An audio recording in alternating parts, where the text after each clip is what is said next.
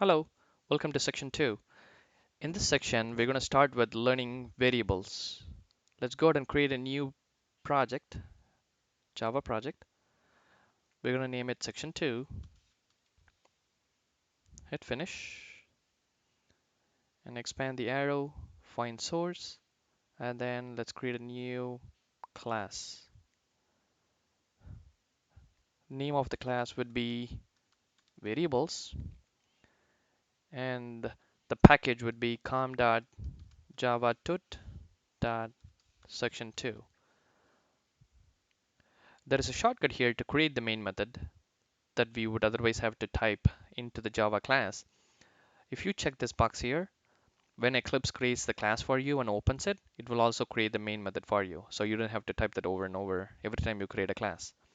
If you hit finish, so the Java class is created and the main method is in the Java class. Let's delete this one. We're going to learn about this in a later video. So right now we have a Java class and the main method in it. So what are variables? Variables are basically containers, right? Like buckets to hold something in them. That something is any value that you want to specify. It could be a number, it could be a series of characters, it could be anything, right? You assign that into a variable so you can use that variable everywhere in our program. Let's go ahead and start typing int, and then let's call it number equals 100. So what we are saying is we are creating a number variable of type integer, and the value of that is going to be 100, right? Now we can use this variable anywhere in our program to do different things. Since we know how to display or print something in the console, we're going to type system.out.println. We're going to open double quotes and say number is. So far we had printed only text. Now there is a way to include variables in the text that needs to be printed. To do that, after the double quote, enter a plus sign, and then you can enter any variable that needs to be printed. So when Java encounters this statement, what it will do is it will know that number A should be printed, and it will look for the value of number variable and print that. Let's go ahead and right click and do a run as Java application to see what happens. As you can see, it printed number is 100. Now if you change the value, let's say to 500, save it and run it, it's going to print number is 500. So that's basically use of a variable. You can assign value into a variable and you can use that variable anywhere in your program. There are a few things to remember. The variable should always be initialized. When I say initialized, it should have an initial value assigned to them. If you don't do that, Java will throw an error. Let's remove this initialization and just declare number and try to print it. As you can see, we have an error. It says the local number variable number may not have been initialized. So that's one thing. So let's put that back in. So the error is gone.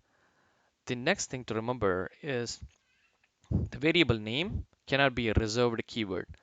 What are reserved keywords? So Java has a bunch of keywords that are reserved for specific purposes. When Java encounters them, it is going to think that's for whatever purpose they were defined for, right?